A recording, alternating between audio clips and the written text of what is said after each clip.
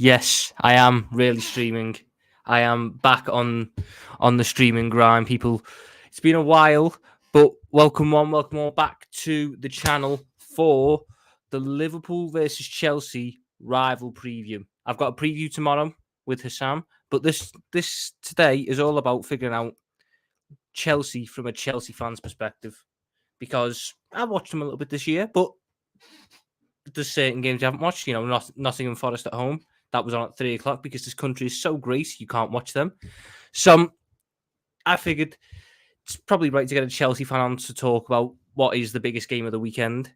And there's very few Chelsea fans better at talking about their club than the man who is joining us today. A massive, massive thank you to the guy, Don, for joining us. Welcome to the channel, Don. You are the first rival fan I've ever had on my channel. Really? Yeah.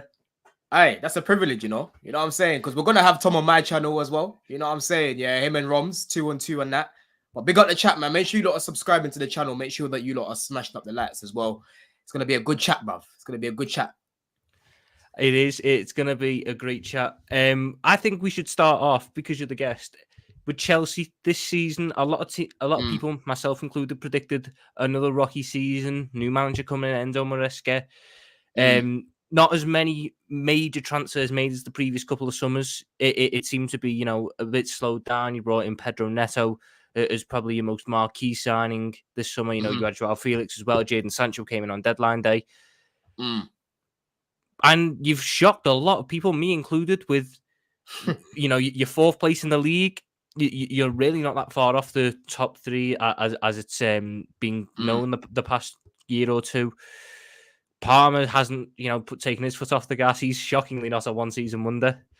No. Sancho looked revitalised. Caicedo showing really good levels. And even, the point which I was calling out at the start of the season, the defence, which I thought it was a little bit ropey, that seems to have shored up a bit. Obviously, there's a couple of mistakes in there, but Colwill and Fofana look like a really good centre-back pairing. So for Chelsea this season, obviously, you're one of the guys who in the summer was telling everyone what this squad is there. This squad is going to be able to compete for top four and have a real chance against these top sides. How have you seen the start of the season so far? Are you as impressed as I am? Yeah, well, obviously, look, it's a good start to have, but not even trying to be big-headed. I'm not surprised by this, Tom. Like, I told you guys that the team was not as bad as what we were seeing last year, A lot of the time I was going on streams and at the terrace with you're crashing it on this guy, crashing it on that guy. And I'm like, Tom, your team wanted Lavia. You know what I'm saying? Your manager wanted Caicedo, right? It's come to Chelsea and it looks like a pile of shit because the system that Poch is playing is not allowing these players to perform at their best level. Yeah, if you're playing multiple people out of position, especially if they're young, they're not going to play well, bro. You're forcing Colwell into a position he's not comfortable in. Yeah. Funny enough, he spoke about it the other day. He said, bro, listen, like him and Madueke done an interview, and Madueke literally said, I know you don't like playing at left back. Now you're looking a lot better. You're enjoying your football. He looks a lot more comfortable. That's what happens, bro. It's just the basics of football, putting out a balanced lineup. And I said to everyone in the summer when they were cooking Maresca, like, oh, he's a championship manager. He's not going to be able to deal with the pressure. I said, listen, intangibles about pressure are always there, which is why it's important that he has a very good start, because if he doesn't, it'll be the same nonsense. Oh, you lot have hired a championship manager, a guy that doesn't know what he's doing. But the main issue we had last year, Tom, was the manager didn't know how to use the team. Do you know what I'm saying? He made the team look worse than what it was. Maresca's just stripped it back, playing people in their normal positions. We'll speak about Enzo later because he's a problem for me in the midfield, right? Yeah. But he's playing a lot of players now in their normal positions, and we've got a structure which is actually helping the team play better because a lot more players are more comfortable. He's rotating the team quite well. And you can clearly see that they're buying into his ideas, because the second team that comes in, bro, they play the exact same way, right? We make 11 changes for the Conference League, and we still score a lot of goals. And like you're saying, defensively, bro, we're starting to improve. We've conceded 8 goals, the same as Man City. Arsenal have conceded 2 less goals than us, and they go on like they're the best defense in the league, which they are, to be fair, but they've only conceded 2 less goals than us. You've only conceded 2 goals, right, this season so far. Yeah, just 2. You've actually been better than them defensively. And for me, I've actually said Liverpool have been the most convincing team out of all the teams that we've seen. Obviously the opposition, you got to look at that as well. But you can't take it for granted, Tom, because last year I was watching my team losing against teams I should be beating, right? Exactly. So people look at it and say, yeah, it's a lesser team and that, bro. You still got to do your job. Yeah. I remember your first game against Ipswich in the first half. You was on ropes, right? You came out in the second half, you switched things on.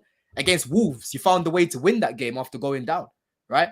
So people need to realize like it's the Premier League, bro. You can lose to anyone. You need to be switched on. It's the best league in the world for a reason. Anyone can beat anyone, and we've seen it this season. Who thought Nottingham Forest would have the results they've got so far? They beat us. They got a good draw against you lot at Stamford Bridge. These results happen, and Enzo's son that I will touch on later because I do agree he's the one guy who, whereas a lot of guys have impressed me this season, he's the one that I've still got question marks about. But I want to touch on Palmer. I don't like Chelsea. It's very obvious that I don't like Chelsea. I don't like any rival teams. I can't help but like Cole Palmer. He is so good at football. He makes it look so easy. Behind Bellingham, yes. I think if he's better than him. I always think Jude is up there. I think Jude has the potential to be one of the best midfielders we've seen in terms of just an all-round package. I think as an attacking midfielder, though, obviously, you know, Tuchel's coming to England now. If he wants to play with 110, I think that's Palmer's spot. Foden has to go if he wants to play out on the left. I don't think he's got a claim to that central spot in the way that Palmer has. And this season, scored 4 goals against Brighton. That free kick, oh my God, unbelievable. Obviously against Wolves, 3 assists on the day. But maybe last year... And he scored that day as well. Yeah. Last year, people thought that there was going to be question marks. You know, he had a really good season. Is he going to carry it on next season? Is Maresca going to get the best out of him? He doesn't seem to have taken a step back. I mean, it's going to be a good game on Sunday. He's the guy that we need to try and stop if we're going to get a result. Because if you let him dictate the game, the biggest praise I can give him, he doesn't get fazed by anything. No, there's no he handles pressure like you wouldn't believe. And there's players who've come to Anfield in the past. I mean, I'm happy to. Kevin De Bruyne has wilted at Anfield in the past. Mesut Ozil's wilted at Anfield in the past. Odegaard as well. Odegaard's done it plenty of times. A lot of these great midfielders have come to Anfield and wilted. I don't think Palmer will be one of them. I think if he doesn't have a great game, it'll be because we've done so much to limit him. I don't think it'll be the Anfield atmosphere has affected them. And obviously, you get the pleasure of watching him week in, week out for your team. Just how good is he? And how much is he improving the attackers around him, who many, myself included, question their overall quality? Is Palmer now bringing them up to another level? Bro, he's, for me, right now in the league, I've said it for a while. I told Mo was like, you're crazy to say that. I said, bro, he's the best player in the league. There's no one right now that's putting up the numbers and the sort of performances that he's putting out. It's not a wild shout. It's really not a wild shout. It's crazy, bro. Like, we look at Haaland like he's an alien, right? And Palmer's got more GA than Haaland from the start of last season, right? He's sitting right now. He's been playing at a world-class level for over a year now, if you think about it. Since last season, he's been playing at a world-class level. And when he came into the team, bro, the level of the team just went up because he was actually helping us create some good chances. Remember, I kept telling you on the terrace here, like, oh, you lot right now, like, you're not playing the worst football. You're creating some good chances. I said, bro, the chances I'm seeing are not clear-cut. Right? Yeah. I'm seeing Jackson getting some scrappy chances. I'm not seeing him getting any one-on-ones like what I was seeing him in pre-season. Pardon me. When Palmer came into the lineup, you can see how his creativity is. Yeah. He helps Jackson because he literally plates it for him. Right. And that's why him and Jackson have a very good partnership because he makes life a lot easier for Jackson. So when you talk about helping other players, helping the team play better, bro, he does that. He's the conductor. Everything goes through him. We give him the ball. He gives it to Madueke. He switches the play. He plays it in between the lines. He does a little feint. You know what I'm saying? He scores a goal. He gets an assist. Every single game, you know that Palmer's going to do something. And even if he doesn't get a goal and assist, more time he's involved in the lead up to get a goal, you know? And for me, bro, I was happy with the signing. Like when we brought him in, obviously I watch a lot of Man City. I watched him in the for England as well. He never looked out of place whenever I caught him playing for Man City. Like, people forget that Man City had a B team that everyone used to talk about. He was part of that B team playing in the FA Cup and playing in the Carabao Cup. And whenever I watched this guy, bro, I always used to say to myself, like, yo, this guy's cold. Like, he's got so many players ahead of him, but he should be playing more than this. You know what I'm saying? He just needed the platform. And I've actually got a tweet out. Still at the time, me and this guy were going back and forth on Twitter because he's calling me delusional for liking the signing. I said, bro, all Palmer needs is the platform and you will see him perform because the ability is there. Do you know what I'm saying? The ability is clear. It's been clear for me to see. He just needs to be unleashed. Do you get it? So big up Joe Shields for that signing, bro, because, yo, Cole Palmer, he's going to help us win a lot of trophies, bro. Yeah? A lot of trophies. And if he's winning trophies, Tom, and he's getting the numbers that he's getting and he's beating everyone in Europe and that like he did last year, like his age group and that, we're talking about Ballon d'Ors and that, bro. Do you know what I'm saying? We're talking about Ballon d'Ors. And I'm not just saying that because I'm a Chelsea fan. Let's be real, bro. Like, if you look at the numbers objectively, right? Take myself away from being a Chelsea fan. You look at the numbers objectively. He wins some trophies with that and performances as well. He's in the shout of getting the Ballon d'Or, bro. There's no Messi. There's no Ronaldo. Do you know what I'm saying? And he's tied down for what, 9 years? He could definitely win the Ballon d'Or at some point in his career, bro. 100%. The quality is there, bruv. This guy's got 3 hat tricks, the same as Drogba, the same as Lampard, the same as Hasselbank, bro. Yeah, in way lesser appearances. No one's ever scored 4 goals in the first half in the Prem. Yeah, look at the players we've seen, bro. Aguero, Gerrard, Suarez, De Bruyne, Haaland. None of them have been able to do it, Tom. Week after week, bro, he's doing something crazy. Do you know what I'm saying? So for me, bro, he's just got to keep going. He's only 22. He's going to get better. He's going to get stronger. That's the scary thing. This is him now. Imagine him when he's in his prime in a couple of years. I mean, I think the most impressive thing as well is the fact that he's able to link up with Jackson. He's able to bring Madueke into the game. And these are guys who, when I was watching them first season, or especially when Palmer isn't necessarily playing, they don't look as great. They look like players who you're sitting there and going, they need to come off soon. They can't really get into the game. And then when Palmer's on the pitch, he just has this ability to bring them into the game in different ways. And very few rival players scare me. Leroy Sané used to. Leroy Sané was one of the players who used to scare me. Cole Palmer scares me. Cole Palmer, because he can do everything. He can do everything with the football. And if you don't, it's not a case with him where he can have a bad game and they let stuff get to him. He doesn't let anything get to him. So you need to be 100% on it to deal with him. A player who hasn't necessarily been there though this season, and people will argue since he signed, Enzo Fernandez. Talk to me. I thought this was going to be the one where he finally steps up. He finally breaks through. He finally shows he's worth the 150, 110, whatever it was that you paid for him. Yeah. And it looks like he's still having the same problems that he was having when he first joined, and where Caicedo is taking that next step forward. Where I think Lavia has shown that given time, you can take that next step forward. Enzo was either held or even regressed slightly. Yeah. Is it the responsibility of being captain when Reece James isn't there? Is it the system? Why do you think Enzo is still struggling to show his worth? Bro, he's not being played in his best role, man. He's not being played in the best role. And for me, I don't even cook him anymore because I know, Tom, I'm not going to see the best Enzo where he's been played. Right? I've told you time and time again, he needs to be played as the deep line playmaker, dictating the game, right? But the issue that you've got is defensively, Maresca clearly doesn't trust him because in that first phase, Enzo is a hazard off the ball. You know what I'm saying? He's very, very sluggish off the ball. Caicedo and that might not be quick enough to get back on time to help him, right?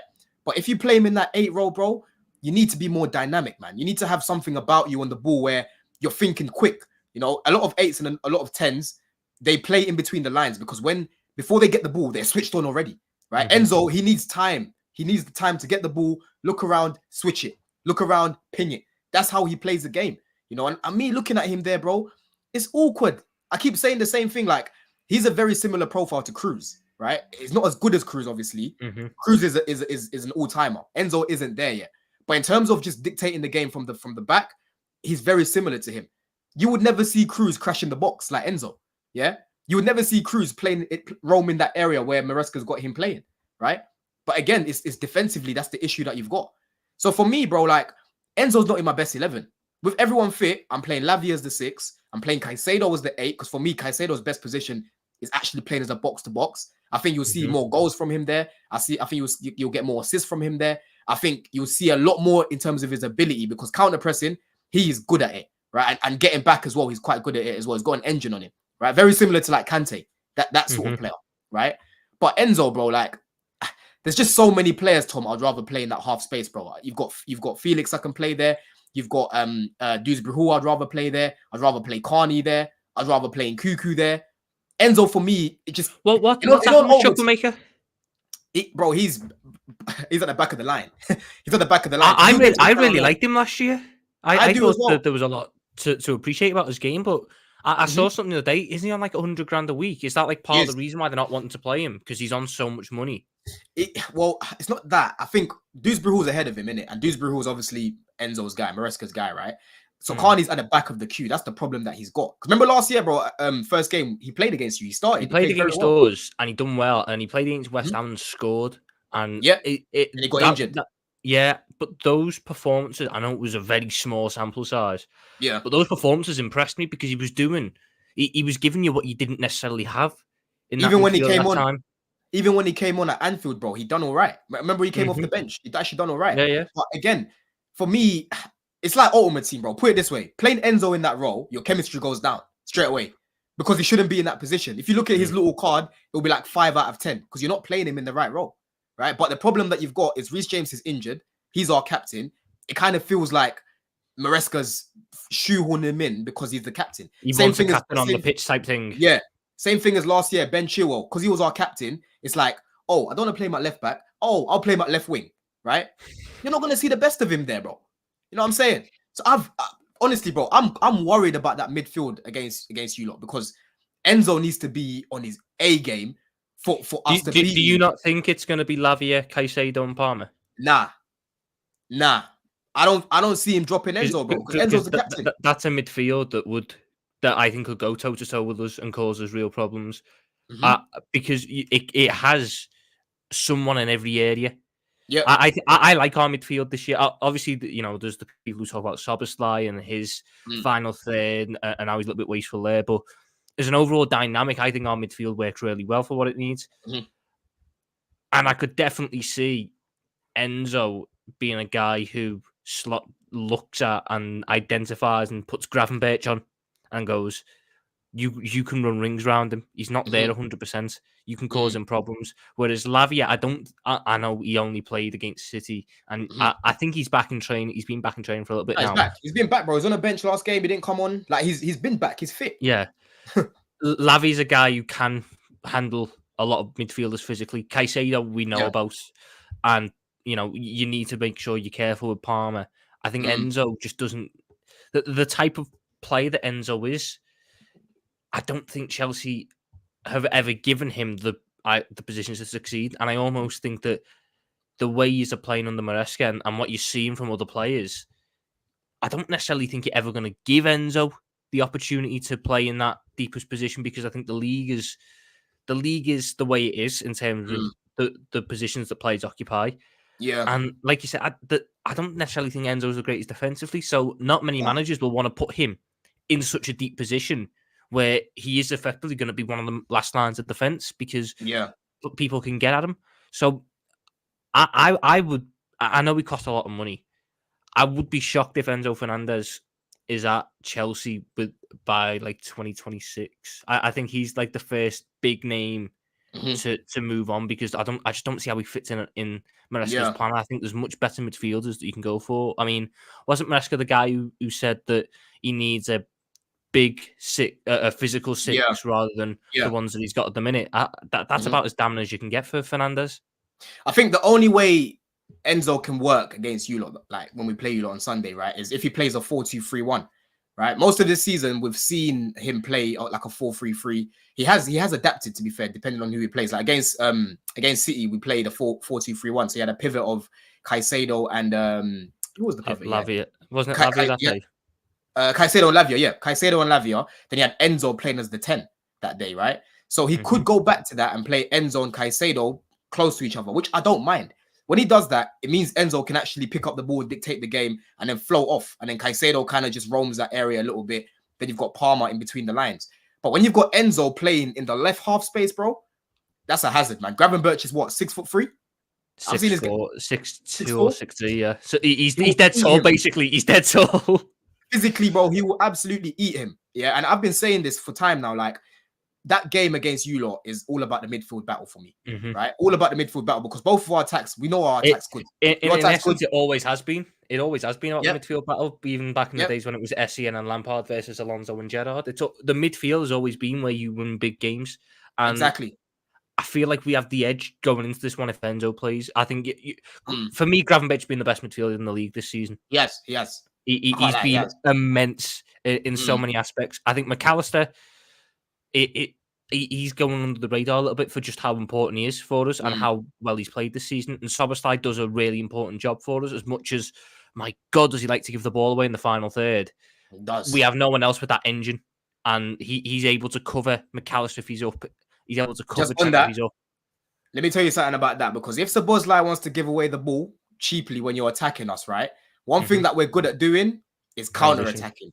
Yep, on that transition. If you remember the goal against Wolves, if you remember the goal against Palace, right? We can get the ball from back to front quick, and that's where Enzo. It's why I necessarily wouldn't play it. So it's like I'd look to put McAllister as the 10 and play Jones, but we'll touch on that later. One more thing that I want to touch on before we get into the teams for the weekend. The defense. Obviously, you spent big in the summer. Well, big-ish in the summer on your attack. Neto came in, Sancho came in, Felix came in. You had the solid base for your midfield, and you added that with Dewsbury Hall. It just felt like the defense wasn't necessarily touched in the summer. You brought in Renato Veiga, obviously, the young Portuguese lad. You brought in Jorgensen, the keeper, as well, and Adebayo, but none of them have necessarily been starters for you in the Premier League this season. A lot of people focused on the defence and went, that's the area which might undo Chelsea this season. And there have been a couple of shaky moments. I mean, Robert Sanchez on the first day wasn't necessarily covering himself in glory. And crazy. I still have some reservations about him, even though he had a very good game against Forest. Yep. But for the first 7 games, Colwill and Fofana looked like a really good partnership. Gusto, I actually do quite rate Gusto, so I'm not really too shocked about him. Cucurella seems to have carried his form on. And bar, his moments of madness in Sanchez, like the penalty he gave away against Bournemouth, for example, he has shown that he can make good saves. He is a decent shot stopper. That penalty wasn't even his fault. That was Fofana, bro. Yeah, you remember Fofana gave him some shit pass, and all Sanchez could do was make himself big. But he against Brighton, he was on some fuckery. That game, he was on fuckery. Oh my God, yeah. He put the ball away twice, bro. He came out to punch it for no reason, and then gave it straight to fucking what's his name, the midfielder Baleba for the second goal. That is. Oh yeah. Other than that, he's been good. I can't lie. Sanchez has been good this season. Away from the little bozo moments, he's been good. So do you trust this defense this season? I'm not going to say to win you the league, because that's mental. As much as I think Chelsea's attack is good, I don't think you're there yet. But do you trust this defense to be good enough for Chelsea this season to not cost you in competitions, or to not cost you league positions? Because it's going to be a tight league this season. There's a lot of teams with a lot of quality. Do you trust in that back line as a unit to do that? And obviously you've got Reece James coming back as well soon. Can he stay fit to help that back line? Yeah, that's a good question, bro, because I'll be real, like, we are improving a lot defensively now. Like, in terms of our counter pressing off the ball, we're winning the ball back a lot higher. We're winning the ball back a lot sooner. It's something that I was seeing last year when I was watching Leicester, bro. Leicester used to win the ball back within like 5 seconds. And now that the team are starting to understand their positioning, the structure, I'm seeing Caicedo winning it back quicker. Like Gusto, when he inverts, he's winning it back a little bit quicker as well. But from the back, bro, the main thing for me is that we haven't had a pairing, Tom, for the past like 2-3 years, because injuries, constantly chopping and changing. Potter chopped and changed a lot. Same thing as Poch. Now we've actually got Cole and Fofana finally building a partnership. Yeah. So for me, it's only going to get better because they're young. They're young players, right? It's not to say right now that I trust them 100%, but I trust them more than what I did last year, because last year, bro, we conceded over 60 goals. You know what I'm saying? Over 60 goals last year because of how it was being set up. But now I can actually trust that Cole is going to get me a vital block. He's got so many vital blocks this year already. Yeah. I can trust that he's going to play it out from the back quite well. I can trust that Fofana is going to be touch tight. Like, Fofana hasn't been amazing, but he's been good for a guy that's come back from 2 serious injuries, bro. Yeah. For him to not even lose his pace as well is crazy. Yeah. Because your knees, Tom, if you injure your knee like that, bro, you can lose your pace quick. And he doesn't seem to have lost it. Yeah. Gusto, listen, I rate Gusto highly. And for me, from what I'm seeing this season, he's been average. Yeah. He's been poor from what I expect from him. Right. But again, he's learning a new role as well. So he needs to kind of get used to that. Right. Cucurella, like you've said, he's been solid. And then Sanchez in goal. But again, I don't fully trust these lot to just not have a moment in them. Like, I don't trust Sanchez to not have a moment in him. Right now, I don't trust Fofana to not have a moment in him, because there's times where he just gives the ball away for no reason.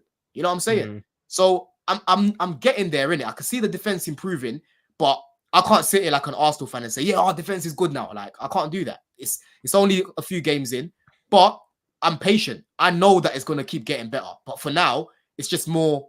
It's better than last year, if that makes sense. Yeah, I mean, obviously you've got Reece James coming back soon as well. If he can stay fit, which is a massive if at this point, Yeah. then you're adding a really good right back to that unit. Obviously, on the game for the game on Sunday, Mm. Cucurella and Fofana are suspended for picking up 5 yellow cards. Mm-hmm. Is that going to be a case of Renato Vega comes in and Yep. Tosin comes in, or could we see like Disasi come in at fullback in order to make sure Mm-hmm. that defense is rock solid, and maybe you get like a James, because I'm pretty sure in Mm-hmm. pre-season James was like inverted into midfield. So Yeah, could he it be did a case for where he tries to two do games. that? Yeah, no, I don't think we're gonna see when Reece comes back. I don't think we're gonna see him inverting, man. He couldn't do it in preseason.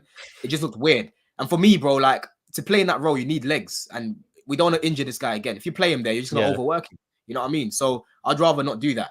But in the defense, bro, I actually kind of look at it like a blessing in disguise. You know, like Cucurella up against Salah tends to always get cooked, bro. He does not like playing Salah for some reason. Salah just cooks him all the time.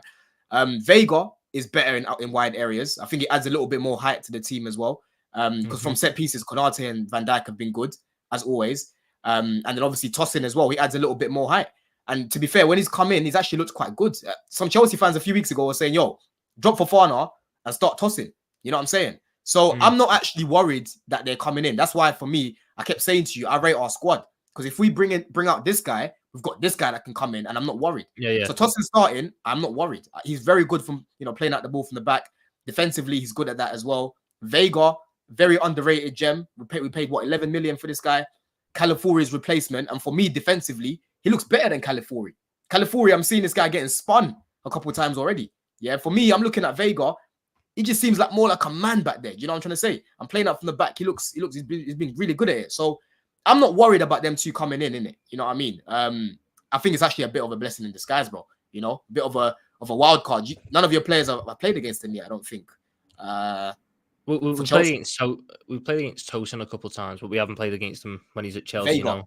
Yeah, for And Chelsea. Yeah. Vega, we Vega as haven't well. played against him. To be fair, we Yeah. haven't played against a fair few of your players when they've been at Chelsea. So it's going to be an interesting one. See, obviously, we have Alisson out injured, but putting Kelleher in goal, that I don't think there's many better number 2 keepers in the league than Queevy and Kelleher. And whenever he's played against Chelsea in the past, especially in cup finals, he seems to pull a couple wonder saves out his bag. I hate him, bro. Honestly, I hate him. You know what I'm saying? But I'd rather face him than Alisson, because Alisson. You know what I mean? It's the best of a bad world for Chelsea, I assume. I mean, the game on Sunday is going to be really interesting. I mean, the last time he's won at Anfield was in COVID 2020, 2021. Mason Mount 1-0. Since then, you drew with us. To be honest, I could just say draw for most of them. Until last season. And then we had a win, a 4-1 win, which was a real... I knew we were better than you, but 4-1 in the way that we played and the fact it could have been 6 or 7, that was a real shock, because I kind of knew Pochettino weren't necessarily handling it great, but that was a real eye-opener, because even like Lampard even got a 5-3 against us, and if you just had a little bit more luck there, it's 5-4. Worse managers have done better. Graham Potter got a 0-0, which you probably should have won. And the 1-1. Was it 0-0 and the 1-1, isn't it? Yeah. To be fair, it was 0-0 both games, bruv. Yeah, I remember because I was at Anfield. Games. Yeah, 0-0 at Anfield, fucking Mudrik's debut, and 0-0 at the bridge with Bruno, that Bruno guy, the head, the Bruno Salto with his one game in charge, and then Liverpool, Chelsea in recent years, you'd be smart putting your money on a draw. Yeah. Do you think this game will end up as a draw as well? Because both teams, they start the season well. They're looking pretty evenly matched in certain areas. I think your attack has shown that it's got a lot of goals in it. Our defense has looked really solid as a unit, as a structure. We've obviously got game changes in attack, although there have been inconsistent moments. Your defense has been good, but has it what's it going to be like going up against a genuine world-class forward in Salah? Yeah. and adding Jota and Diaz, etc., to Mm, that mix. I think it's a really mm. interesting game. Do you think this is going to be another one of them games like we've had in the past where it's cagey, it's nervy, and there's only really one goal, if that, in it? Or is it Yeah, going to be open and yeah, expansive? man. I think it's gonna be a bit of that, man. I think if Klopp and Poch was still here, it's gonna be rock and roll, just ping pong football, back and forth. But with Slot, I've realized that he likes a lot of control. You know what I'm saying? You look a lot better. That's why you're not conceding as many goals, bro. Yeah, your build Oh up yeah, from the back. it's Good. massive. Certain Yeah, Liverpool fans don't like to hear it, but it was the problem we had. It's why we didn't win the league yeah, last year, because we were giving up too many exactly. stupid goals and couldn't keep going back. Now I mean, we still give up stupid goals. Look at Wolves, but Mhm. as an overall unit, we just look so much more solid, and that was the big Yeah, change for us. exactly. And your line's not as high anymore as well. That's another thing which is helping you out, you know. But at the same time, we can also play that way. You know what I'm saying? Like Maresca's shown me already that he's able to adapt. Against West Ham was controlling the game on and off the ball, bro. You know, against Brighton was playing that same high line as well. Against Man City, it was a little bit more controlled, right? So I think it's gonna be a game where we're both looking at each other, like the boxing the other day, working each other out, Mm. jabbing each other a little bit, and then at some point when it's time to pounce, Szoboszlai loses the ball, we're off. You know what I'm saying? Someone loses the ball for us up top, you're off, right? It's going to be that sort of game. And whoever can take their chances will win the game, right? That's the main thing for me. I know it sounds very obvious, but Chelsea and Liverpool has always been you get chances, you miss. We get chances, we miss. And I can't lie to him. I don't know. Listen, I'm not just saying this as a Chelsea fan, bro. Every time we fucking face you lot, we tend to have the better chances. Yeah. The difference now Most of the is time, that remember at the bridge. Let me remind you, when we finished 12th, Kovacic, bro, right in front of goal, kicks it over the bar, right? At the bridge, Canate blocked one on the line that day. Kai Havertz scored a handball, which got ruled out. And I at the think bridge. our best chance was a Joe Gomez long shot, which nearly went in the top This is what I'm corner. saying. This is what I'm saying, bro. Last year when we played you lot at the bridge, you had last minute Mudryk like went round Allison. Mhm. You had Jackson missing chances. You had remember Chilwell right in front of goal. Instead of just shooting, he tried to pass. Don't know what the fuck he was doing, right? So every time we play Liverpool, I'm never scared. It's more just like, oh, we're not gonna take our chances. We're gonna lose the game. But now it's a little bit interesting, bro, because we've actually got a very good attack. We've scored the second most goals now behind City by Mhm. one goal, right? And our attack right now is firing. We can see we created an XG of over 2 against Forest, and they had 10 men, which makes the game even harder. You guys struggled against Forest. I watched that game. You lot Mhm. struggled to create. Right now, we're not struggling to create We chances. were fine in the first half, and then we shit the bed a little bit in the second half. Like we hit the post in the first half. We had one clear off the Yeah, line in the first half, and then the second half, all the creativity just went out the window. nothing. You were able to keep it going a little bit. Yeah, Obviously, that you didn't necessarily take your chances, but mm, you kept that level of creativity going. I mean, mhm. That's the I thing, bro. I So look at it, and it's going to be a really. I'd like to think it's not going to be a cagey game, but it mm, will probably end up going that way, mm, especially with both managers are much more tactical than I think Klopp and yeah, Poch yeah, were. So it's going to be almost a chess match in a sense where both yeah. managers are making these little tweaks midway to try and figure each other out. Head-to-head battles. Which head-to-head battle in the game are you looking at as Chelsea's one to exploit? Bro, your fullbacks for sure, right? I want Madueke cooking Simicas, Robertson, any of those guys there. I need him running at them because Madueke, bro, his end product's not the best, his decision making is not the best, but he will run at you, Tom. Yeah, no one wants Madueke running at them, right? On the left, Sancho's brought a different dynamic in terms of retaining the ball and that as well. He's even been playing there. Trent, yeah, I need him, yeah, to absolutely fry Trent as well. Because last week, bro, against Ola, listen. Ola is a very good defender, one-on-one. And Mhm. Sancho had him pretty much the whole game. Yeah. You know what I mean? With the little drop of the shoulder and whatnot. Just very, very unpredictable. So the problem that Liverpool are going to have is we've got creators all over the pitch.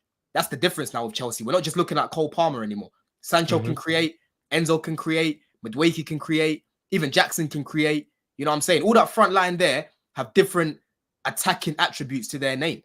Whereas last time you was playing the likes of Mudryk where you don't know what game you're going to get from him. You know what I'm saying? You're playing the likes of this guy, you don't know what game you're going to get from him. And to be fair, like Mudryk's improving. You know, some Chelsea fans are saying start him at the weekend. He's looking a lot better, bro. I can't lie. Like he's actually looking like he can play football now.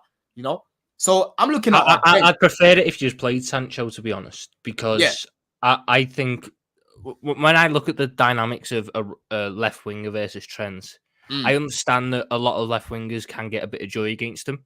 Yeah. But there's also the aspect of, is your left winger going to do all the dirty work and tracking him? Because if you leave him free, that's the worst thing you can do. He is, Sancho's in good my opinion, defensively. the best creator. One thing about Sancho, that's Sancho, actually got gone, man. I've seen so far he started doing that work in terms of tracking and keeping up with certain fullbacks, but it's a different kettle of fish with Trent. I think Trent is the toughest test a winger can have in terms of that off the ball work because of the positions that he picks up and the amount of times that he will do it. Like, I don't know how much you've seen of us this season. There have been points where Trent has been high and wide as like old school Trent under Klopp, where he was the furthest forward, widest player. There have been points where he's a centre mid. There have been points where he stayed as a right back, literally as part of that defensive line and playing these long arching over the top balls to the left winger. And there's even been one or two moments that it happened more frequently last year, but it has still occurred this season where he'll almost sit in between Van Dijk and Canate as almost a quarterback and just start spraying a couple of long balls out to Salah when he steps off his man, out to Diaz or Gakpo when he steps off his man. That for me is the most interesting thing. Sancho could do it. I don't think Mudryk would. But Mudryk poses the threat of if Trent is caught out of position, Mudryk has just so much pace to run in behind, which is why Canate is so important in these games because he's deceptively quick. And he might not be quicker than Mudryk overall, but whereas Mudryk's got to make up 10 yards, Canate can make up for it. Yeah, exactly. So that's going to be a really interesting dynamic to watch, our right-hand side versus your left, because obviously as you move further up the pitch for us, that's where Salah versus Renato Vega and, Jota, hopefully Jota, versus Adebayo. And is Caicedo the guy who normally plays off the left in your midfield? No, Caicedo plays like central. He's like he plays in that first phase in the midfield. And you've got Enzo that plays more on the left. And then Palmer kind of floats. Palmer just kind of plays a free role in it. But Caicedo is more like an anchor. He takes up both sides, bro. If you look at his heat map, it's both sides, bro. So if Enzo's on the left, I think that side of the pitch is going to be the most interesting one to watch then. Because if Enzo's on that side, I would expect Slot to do something similar to what he'd done at Old Trafford, where he sort of inverts the midfield, put Gravenberch as the right side of the 8, Szoboszlai as the left side of the 8, and have McAllister as the 6, and basically went the moment. Obviously, it was different with Thingy with United because Casemiro's not as great on the ball as Caicedo, but I think the change would just be the moment Enzo tries to get on that ball, Gravenberch just touch tight to him, getting right up to him. Szoboszlai can deal with running with Palmer and Caicedo. You've got the engine for that. We want Gravenberch right on Enzo, getting physical with roughing him up, winning that ball back, putting us into those positions. That's again why I think Lavia is the guy that should be going for. Yeah, I think with Enzo, the main concern that I've got is off the ball. But on the ball, I'll be real, he can still offer us a lot. Like that little relationship he's got with Sancho right now, it looks a little bit better than what he had before with Sterling and Mudryk and that. You know what I mean? Like if Trent gets caught out of position, will drop in. Yeah, no, 100%. But Sancho off the ball has been very good. He's actually surprised me. I didn't think he was that good defensively, but especially watching him in person, he works well off the ball, man. And like his tracking is very smart. He doesn't just track to track. He'll like do it. He'll kind of deceive the person so he can intercept the ball and just quickly pop it off, right? So Trent's playing a dangerous game, just leaving that left-hand side free, bro. Because if it's Mudryk, if it's Sancho, if Enzo picks up the ball in that position, you know that guy's got a very good pass on him. So he's going to play it into the space. And Mudryk, for me, has a very good cross, bro. I was even saying it when people were cooking him. Oh, what does he do? He's useless. I said, bro, this guy can whip a ball, left foot as well. Last week, we nearly scored from it with Nkuku. If you remember that whip, yeah? He's got a good cross on him, and he got an assist for Vega as well, So Mudryk's actually gonna be key for me in this game because him and Vega have actually got a good relationship. Yeah, that's one thing that I've noticed. Mudryk and Cucurella, they don't really have a relationship. Whereas with Vega, he trusts him with the ball. He constantly gives it to him, which actually helps Mudryk play better. You know what I'm saying? I don't know how much football you play, Tom, but when you're playing football and you're barely getting the ball from your teammates, you feel like they're just ignoring you. Yeah, your head's gone. You know what I'm saying? Your confidence is gone. Whereas if they keep giving it to you, they clearly trust you. That's what Mudryk needs because Mudryk is a confidence player. Yeah. And right now, he's going to be a good tool to use, because Anfield's a big pitch, bro. Like he can, he can come on against tired legs, against Trent and whatnot, whipping some good crosses, and then we move from there. But for me, key battles I'm looking at is the fullbacks, our wingers. We need to keep taking you guys on. And again, that midfield battle for me. You know, Jackson is actually one of the few strikers I've seen give Konate and Van Dijk problems. Right? He's made them run. If you remember the final, he was the only one stretching up there, bruv. You know what I'm saying? Yeah, but I feel like that final isn't necessarily the greatest judge because of the state of the team that we put out. I feel like, and obviously it's a different manager nowadays. I feel like last year we gave strikers like Jackson the opportunity to cause us problems. This year, there's not that space in behind, because that was kind of where I thought Jackson's real strength was. Mm-hmm. He had this weird thing that he'd done, which I thought was weird at the time, and the more I watched it, I went, fair enough. He'd kind of run offside to run back onside. Yeah. Whatever defender he ran behind would switch off because like he's off now. And sometimes he was too late, and he'd be offside. I think that was the case in the cup final for the. I remember at the bridge. Sterling. Remember that bridge? Remember at the bridge, right? First game of the season, his debut actually, right? He ran from deep with the ball, ran past Konate, bro, gave it to Mudryk, and then we ended up nearly scoring from that position. So Jackson, he's another one as well that, you know, can give your centre backs a problem. The thing about Jackson, when he's having an off day, it's an off day. Like, you're not going to get a goal, you're not going to get an assist. It's like he's not there. But when he's having a good game, the link-up play, bro, the little flicks and that, is dangerous. You just see him score. What? Just because I'm trying to think of it in the moment. What's Jackson's record like away from home against the big sides? I know we got the hat trick against Tottenham, but that's kind of weird circumstances. Yeah, let's break it down. He didn't score against us at Anfield. Arsenal was a write-off. He didn't City score that away. game. Who scored for you? City away. City away. He got the assist for Sterling. If you remember that. Sterling, yeah. And then Sterling. United away. That was Palmer. Palmer scored that game. So away from home against the top side doesn't necessarily have the world's greatest record. I mean, as well, I know it's not away from home; it's at a neutral venue, but like the cup semi-final against Man City, don't necessarily think he had his greatest game there. There was a couple of moments where you watch him going, "Why aren't you making that decision?" Against us, he had went around the keeper and fucking shoot. Oh yeah, that one was mental. Against us in the cup final, there was a couple of moments, but again, not really much. Do you think that maybe it's a case of the pressure gets to him? Because I'll be honest, I know Jackson and Palmer have a really good link up. They've got some mad stats together. But in the same way that I think that Jota would scare you more than Núñez would, despite how much of a physical freak Núñez is in terms of size and stuff, Nkunku scares me more than Jackson does, because Nkunku can finish.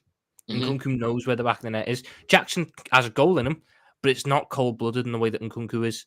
And it's the same that we have with Jota and Núñez. Núñez knows where the goal is when he's offside. But Jota just has a different edge in terms of you give him the ball in the 18-yard box, good chance it's going in the back of the net. Why do you think? Because this is someone I forgot to talk about earlier, and it's a guy that, you know, I think should be playing more. Nkunku.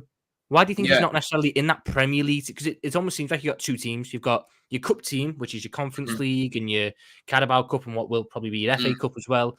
And then you've got your Prem team, and it seems it's obviously very different. Why do you think Nkunku hasn't been able to make that jump? Because he got a hat trick in the cup, he's done well in the Conference League, and Jackson's done well. But this is a Bundesliga Golden Boot winner. This is a guy who could get you 20 league goals if he stays fit. Do you think it's just been managing his games, or? Bro, it's the all-round game, innit? It's the all-round game. Like, everyone just kind of looks at strikers and think, yeah, if you're a good finisher, you're a good striker. It doesn't work like that, bro. There's so much more away from the finishing, the link-up play, the hold-up, the physicality, you know, heading, getting the aerial duels, shrugging off the defenders, stretching the pitch. All of that Jackson does better than Nkunku for me, apart from the heading. Nkunku's a better header than Jackson, and he's a better finisher. But when you watch Nkunku playing up top 90 minutes, he doesn't offer enough for me. That's the problem. Like, I know in the box, if he gets a chance, he's going to finish it. But there's so much more in the game that he doesn't do when he's playing up top, because he's with his back to goal, he's not the best, right? He wants to be getting touches in between the lines behind the striker. That's when you're going to see the best of Nkunku. Yeah, maybe if you want to play him on the left as well, you might see him doing something on that side, alternating with the striker or whatever. He played on the left against City, didn't he? And I don't. Yeah, he wasn't good that day. He wasn't good that day, but I saw him play on the left against Brighton last year, and he scored. He played very well. He came on at halftime for Mudryk, and he played very well on the left, bro. Yeah, I think that day against City, who was playing right back for them? Rico Lewis. Rico Lewis had him, to be fair. You know, he just didn't look good that day. But it's not to say he can't play on the wing. I'd rather see him playing there ahead of playing up top. right? Mm. But again, he's a good guy to have in the team because if you know the game's not going well for Jackson, people are getting tired and that. Like you saw at Anfield last year, bro. He came on, scored a very good goal in the box, right? He's a different problem for your defenders. But the issue that I've got with starting in Cuckoo, when you start him, bro, it just makes the job quite easy for the centre backs. I feel like they just look at him and think, oh, he's not really going to stretch us. He's not really going to run in behind. Yes, let's be wary of him in the box. But other than that, it should be easy to deal with him. That's the problem that you've got. And Jackson, bro, he helps us play better. Yeah, he's part of the best partnership in the league right now. Yeah, forget KDB and Haaland for now because KDB can't stay fit. I keep telling people this. KDB can't stay fit, so we can't talk about him. Reece James can't stay fit, so we can't talk about him. Right? Luke Shaw can't stay fit. We can't talk about him. We're talking about guys that are actively fit right now. And for me, Jackson definitely helps the team play better. The only issue with Jackson is his finishing. That's the main issue, right? You know, and then when you go back, when you ask me the question about away, does the pressure get to him, bro? You could say that, but at the same time, we went to Arsenal tactically. Poch fucked things up, right? We went away to United tactically again. Poch fucked things up. To be fair, that might be the most damning thing Poch done. Let Erik ten Hag tactically outclass him. Exactly, bro. Yeah, we went to Newcastle away that day after the international break. These lot were on some fuckery. Reece James got that red card, if you remember. Yeah. Against Newcastle. Who else did we play away? Obviously, Spurs. He scored that game. He scored a hat trick. Against you lot. He didn't play against us, did he? Because was he not at AFCON? Yeah, he didn't play. And Cuckoo started that game, didn't he? Well, actually, no. Did Jackson play against you lot away? No, I remember. Oh, Palmer played as a 9, didn't it? Palmer was your false 9. Yeah, see? You see what I'm saying? When we came to you last, Cole Palmer was playing up top because Cuckoo came off the bench that game, I remember. Yeah, because you had Palmer up top as a false 9, but you had Gallagher as a 10. Gallagher as a 10, which was all season. Caicedo and Enzo and Caicedo. I can't remember who was on your wing. I think Sterling was on the left because Bradley sprinted past him for his goal, and Sterling just watched. Yes, no, Sterling was on the right because Bradley ran past. Wait, yeah, Sterling was on the left. Yeah. It was on the left because him and Chilwell had an absolute howler that game. Chilwell, fucking hell. Him and Chilwell had an absolute howler. Remember one of the goals that he scored? Chilwell gave the ball away, bro, and you ended up scoring from. Yeah. I think that was the first one. Like, every single time Jackson's gone away from home against the big sides, Poch just fucked things up tactically, right? Obviously, yes, Jackson in front of goal. We know he's not the best in that, but I've got to look at the team that was being set up that day, and it was shocking, bro. It was shocking, you know. So he needs to step up now, innit? Because he needs to be scoring against the bigger teams. Like he does well against the Lutons and all these teams and that, but when it's the big boys, bro, step up. It's time to start stepping up, man. Fair enough. I mean, last one before we go into this combined 11. You could argue this is the first major test for both managers in different ways. For Arne Slot, this is his first real top team in the Premier League he's played so far. And for Enzo Maresca, this is his biggest away game that he's had as Chelsea manager. And obviously, you've done Wolves away and you've had City at home already, which is, you know, a top team. But going away to Anfield is it is a real litmus test for a lot of managers. Facts. How do you think Enzo Maresca is going to handle this test? And do you think he's going to make... Is he the kind of manager who's going to make any specific changes just for this game? Yeah. Do you know what? That's a very good question, bro, because we've got so many options, Tom, it's quite hard to predict what he's going to do. But one thing that I do know about him is that he's found his best 11. He knows his best 11. Now you're only going to see a few players coming out. Obviously, Vega and Tosin have to come into the team. Like you said, Disasi, listen, I pray it's not Disasi that starts. It needs to be Tosin. Yeah, because Disasi, the pace is not good enough. Tosin's actually quite quick, right? But again, he could play a 4-2-3-1 to help Enzo a little bit and not having, you know, being done in the transition to Gravenberch. You know, he could drop Enzo, he could start Lavia. This is the headache that you guys have because Slot, he's obviously looking at the team. He might be preparing for one thing, but then on the day, you see Enzo doesn't even start that midfield. You know what I mean? So he's just got so many options right now. And again, it's hard for me to pinpoint exactly what he's going to do. I can see him playing a 4-2-3-1. Like if he plays Enzo as one of the 8s, that's very, very brave. That's him basically saying to Enzo, yo, you better have a very good game. Because if you don't, that's going to backfire. You know what I'm saying? Playing that pivot gives us a little bit more protection, right? So, yeah, bro, it's hard to say, man. It's hard to say. It's just, I think it's more of a headache for you guys because you don't know what he could do. And I don't know what he could do as well. I'm just kind of putting things together from what I've seen so far. You know what I'm saying? Yeah, I think it'll be an interesting one for us as well. Obviously, Slot has shown this year that he's got more of a tactical nous than Jurgen Klopp in the Mm. sense of he makes these little adjustments. I could imagine him shocking a couple of people with some of the plays he starts against you. I think Szoboszlai will play, but I wouldn't be shocked if he plays Jones for the ball retention and Mhm. in order to try and bait out the press from you and play through the lines in that way. It is his first real test. Obviously, United's not really a test. AC Milan in the Champions League isn't necessarily as tough an opposition this Now, season. United was still a test though. Yeah, I know they're shit, but it's Old Trafford, bro. yeah. The occasion was the test, not necessarily the team. I think Chelsea really is the That's true. team. That's true. The team of Chelsea is the test here, and I think it's got potential to be a really interesting battle. Just before we move on, what would be your 11 for the My game 11, on yeah? Sunday? If you were in full control, you got to pick the 11 for the game on Sunday. Who are you going for? Bro, I would put Sanchez in goal. So I think Jorgensen's injured as well. He hurt his eye or something. I would put Sanchez in goal, Levi Colwell and Tosin, Vega left back, Gusto right back, Lavia is the 6, Caicedo is the 8, one of the 8s, and Palmer is the other 8, or 10. You want to call him 10, 8, whatever. He's a floater, free roll. On the right, I'd play Madueke for this game. On the left, I'd start Sancho and Jackson. So I'd basically just take Enzo out of that midfield. That's what I would do.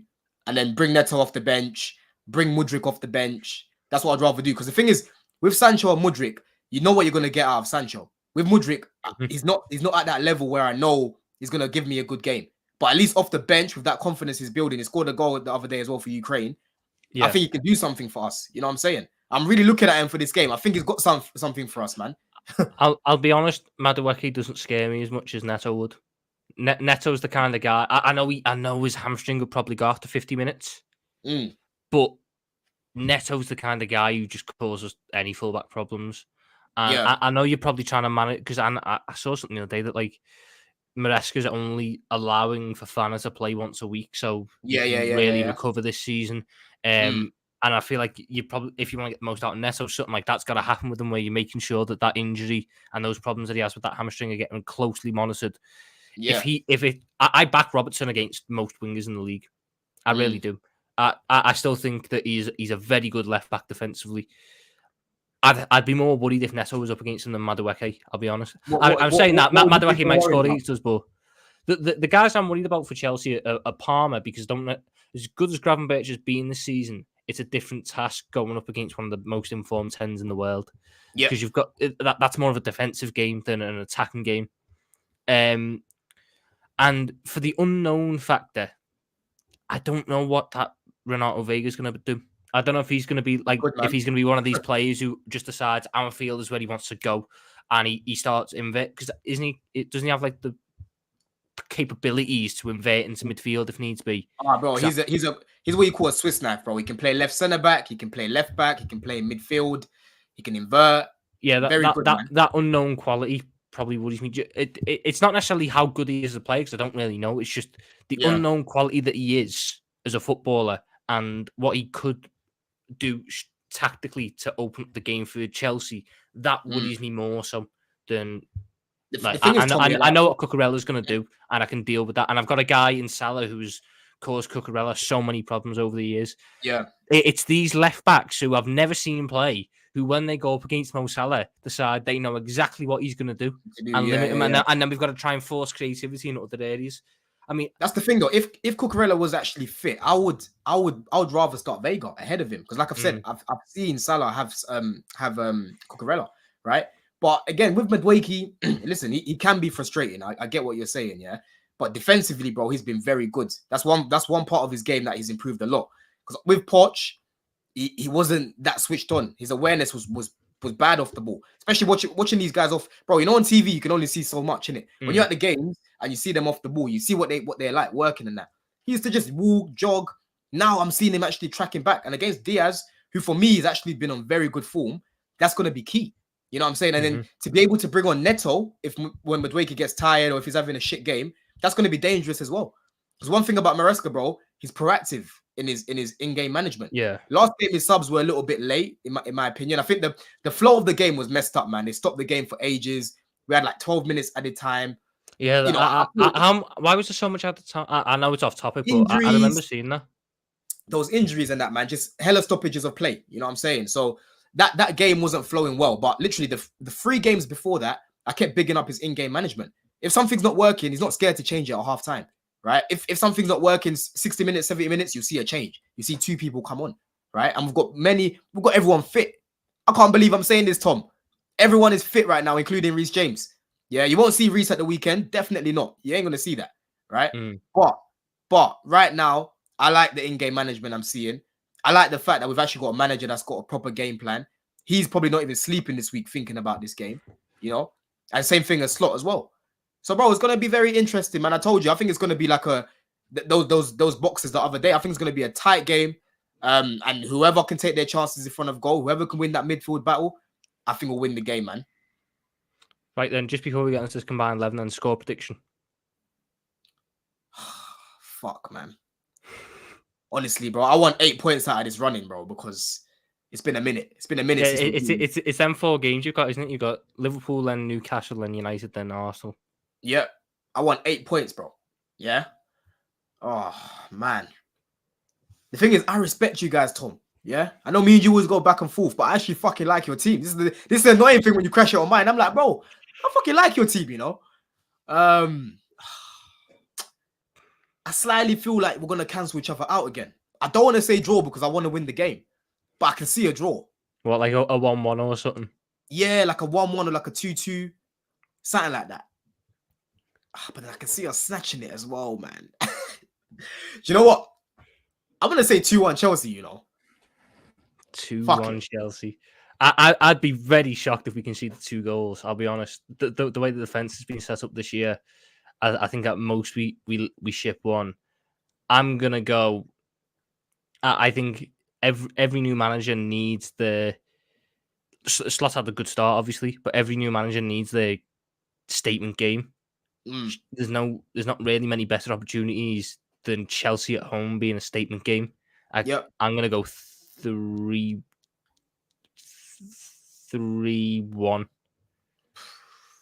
What worries me is the set pieces, man. Like, we've got a set piece coach now. We're not really seeing much. We don't even have a set piece coach. You've got one, honestly. We don't even have one. You haven't got one? No, we just got. But you've got some tool players, though. You've got some tool players. Like, again, Konate and Vega add height, but Van Dijk and Konate are good in the air. Like, regardless of the height, they can still get something in the box. Like, I literally saw it in the final. Van Dijk just leaped up and gets that goal, right? I was there as well, bro. I think that's partly on Mikhailo Mudryk being the guy to pick him up. True, exactly. That is true. So it's just gonna be a tough game, man. I don't think it's gonna be straightforward. But if we end up scoring first and we have all that confidence, it could get long for you lot at the same time, because look what happened against Palace. Look what happened against Palace, bro. Yeah, second half they're growing into the game. Yeah. So if we get you lot on the back foot and that, and we're controlling the game and that, we could make it look easy, because I've seen these lot turn up and play really well. But I don't know. I've just got a lot of respect for Slot and what you lot are doing right now, so I can see it being tight, man. I'll just say 2-1. Fair enough. Right then, before we go, combined 11 time. We're gonna make it so it's only players that are reasonably gonna play on the weekend as well. So no Alisson for us, no Cucurella or Fofana. I don't even know what you're like. I don't think you got any injuries at the minute. I know that we haven't got Harvey Elliott as well. So no Harvey Elliott for us. In goal then, obviously we can put forward Kelleher, and you're putting forward Sanchez. No, I mean, we've seen Sanchez more this season, isn't it? You know what I mean? So technically he's on better form, but Kelleher's a good keeper as well. I don't mind. I'd go Kelleher. I just think I'll go Kelleher as well. Fuck it, why not? Sanchez just got too many bozo moments in him. He reminds me of like later years Pepe Reina. And that's not a good thing. That's not a good thing. Hey, Reina used to have some bozo moments. Oh mate.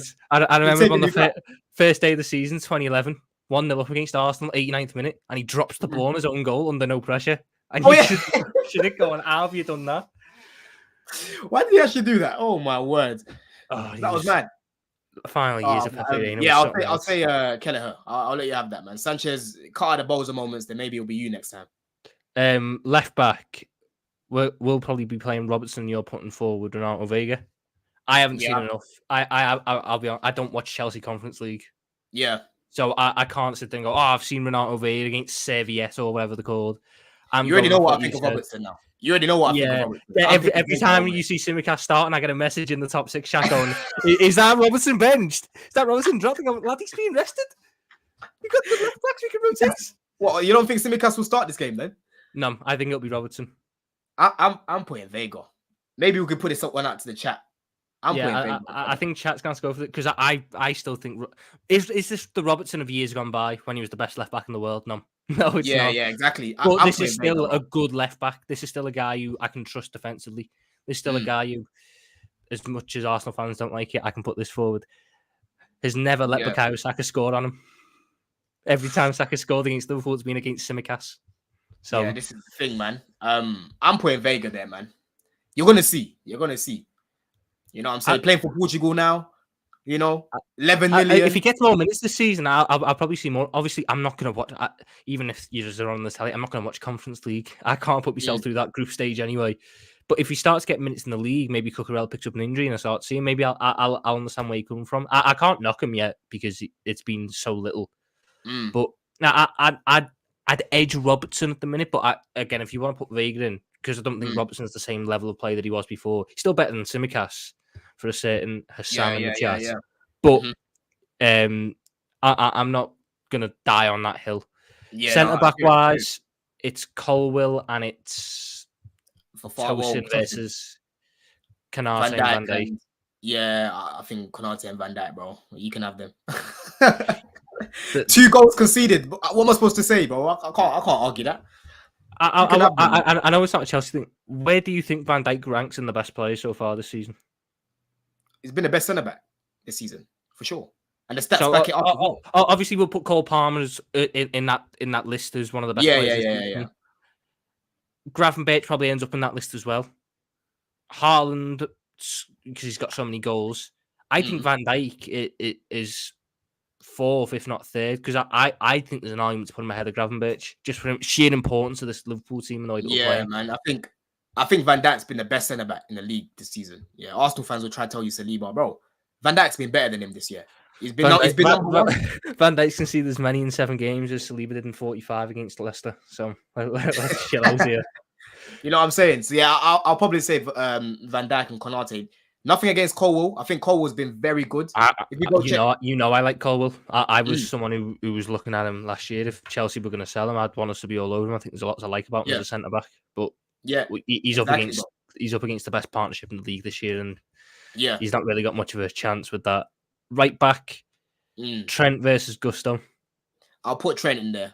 I think Gusto was better than him last year, in my opinion. I think Gusto was the best fullback in the league last year, like best right back. Statistically as well, it shows it. But again, this year, like I said earlier, he just has not been that level, you know. So I'm putting Trent. I mean, so I'll go Trent, but I don't even necessarily think we've seen the best of Trent this season. I think that he's someone he's the main big player that Slot still hasn't fully figured out yet. And maybe this is where he does. Maybe it takes a couple more games, but I can't. You said earlier you feel a bit underwhelmed about Gusto this year. I can't help but feel slightly underwhelmed by Trent this year. There's been moments. Real Madrid. You know what I'm saying? I'm seeing more links today. The Athletic and that, they're making him top priority. Do you think that's got a part to play in his performances, bro? I saw him and Slot arguing the other week. You know it. The time's coming. The time is coming. I mean, I've been saying it for a couple of weeks now. If you were to put a gun to my head and say what's happening with that contract situation, I still think that it'll be Salah and Van Dijk stay and Trent goes. Yeah, I think Trent's gone, man. You don't say no to Real Madrid. Let's be real. You don't say no to Real Madrid. I don't necessarily know if he'll be as big a success as he could be at Madrid for a multitude of reasons, but I do worry about Madrid. Midfield wise, it is Gravenberch and McAllister versus Caicedo and. I've got 2 players that get in there, bro. Caicedo and Palmer. And then Palmer's the 10. Yeah, so Caicedo and Gravenberch is what I would play, right? And I don't think I can argue this season for McAllister over Caicedo. Not that McAllister's been bad. Imagine that midfield of Gravenberch, the physicality, just picking up the ball in the first phase, because he's actually better than Caicedo in the first phase. He's got tech. He knows how to drop his shoulder. He can drive through the midfield better than Caicedo. and then just popping off to Caicedo. Yeah, Caicedo counter pressing, right? With Gravenberch behind him to win the ball back. You know, we spoke about earlier, Enzo off the ball in the first phase. We can't trust him. Bro, you can trust Gravenberch. Let Caicedo just have his free role. Oh, he's a joke in that first phase, Gravenberch. He makes it look so easy. You know what I'm saying? 10's no debate. I'm not going to try and put Szoboszlai in this argument. You can have Cole Palmer. You can have arguably the best player in the league this season. In the same way that I don't think right wing is a debate. Madueke, you know, he scored against Wolves, but this is Mo Salah we're talking about. Yeah, left wing. Left wing, I'd say off this season, from what I'm seeing, I'd say Diaz has improved his end product. Sancho, maybe if he joined from the beginning. Well, actually, no, he's been here from the beginning. Wait, hold on. When did Sancho join? He joined on deadline day, didn't he? Deadline day. There we go. Then. Yeah, he joined a little bit late. So every game he's played so far, like he's been good. He's got 3 assists already.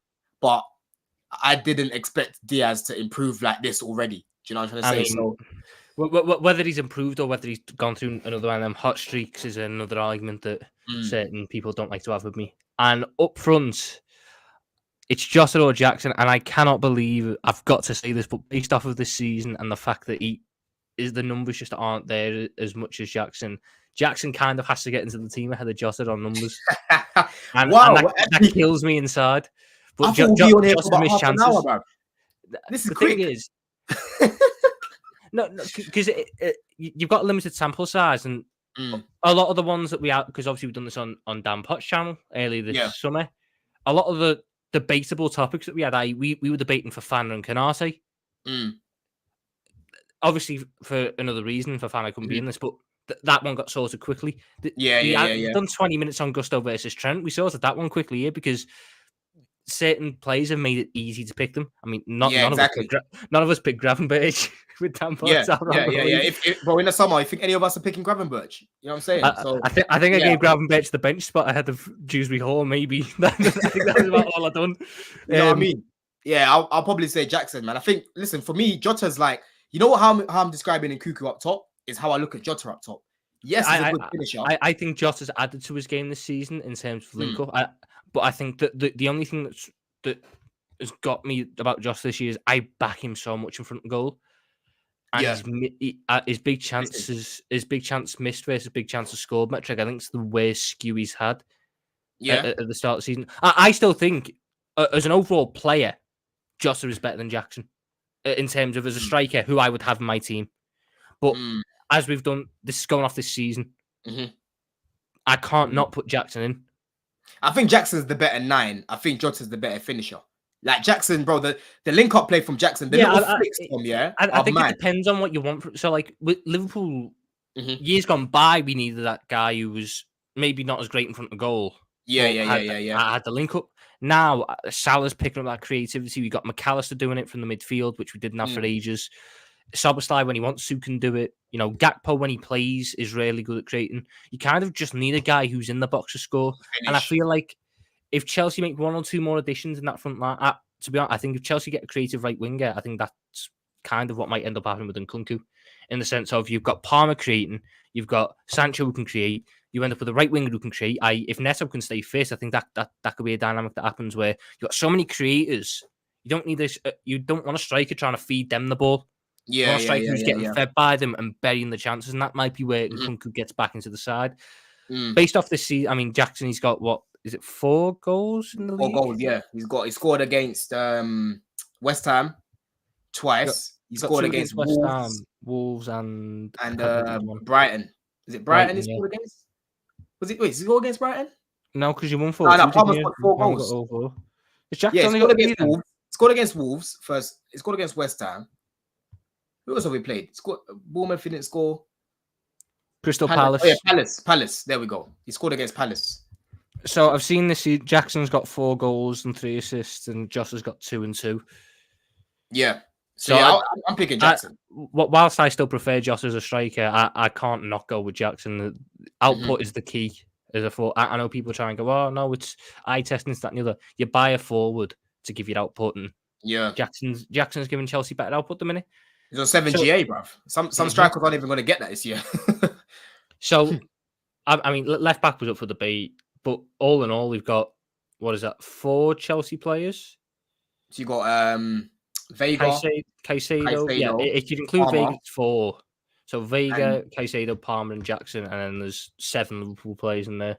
yeah, I think that's pretty rock solid. I mean, left back's one area which I would debate, but I'm not too bothered about it. Beyond that, I don't really think there's much area for debate. So yeah, that's I it. agree with that. That's a team that will win the league, but that's a conversation for another day. Oh, that team will be serious. That team will be serious, bro. But yeah, I think we're going to call it there, people. First off, massive thank you to Don for coming on the channel. His channel is in the description and in the title. I will be on there Friday night with my boy Roms, 2v2. It's probably going to be a bit more heated than this one. I like to try and keep it a little bit chillier. I feel like if it's 2v2, I think it's going to be a little bit more heated and a little bit more that is back and forth, which might be what some people want to watch. Anything you got to plug before we end? Yeah. Tom? Hey, listen, love for having me on, man. I feel privileged. I didn't realize I was the first rival on your channel, bruv. But yeah, love for having me on, man.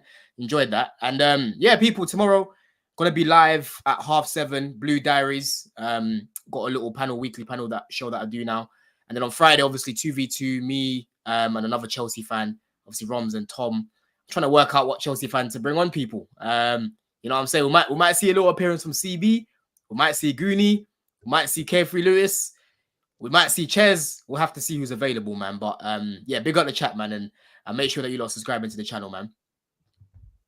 Yeah, that as well. I'm horrendous at that. I should be saying that more in the video, but I don't really care that much. Thank you all for watching. Like Don said, subscribe, turn on the notification bell if you want to see any more content from me. Like the video.